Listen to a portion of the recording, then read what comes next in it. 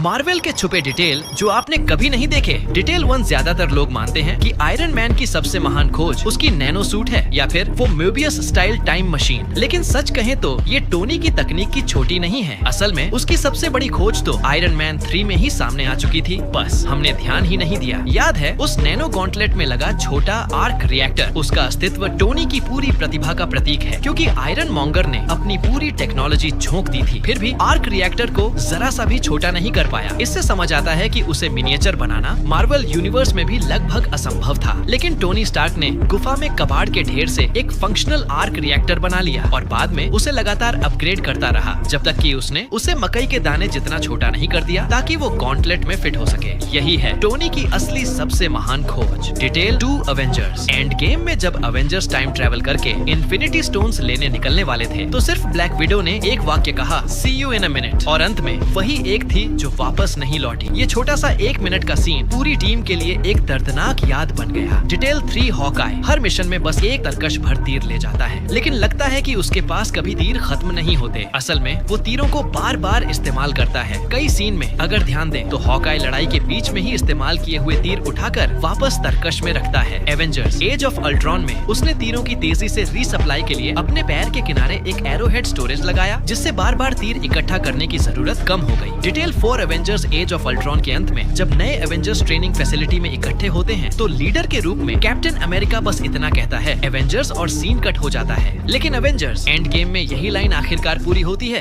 Avengers assemble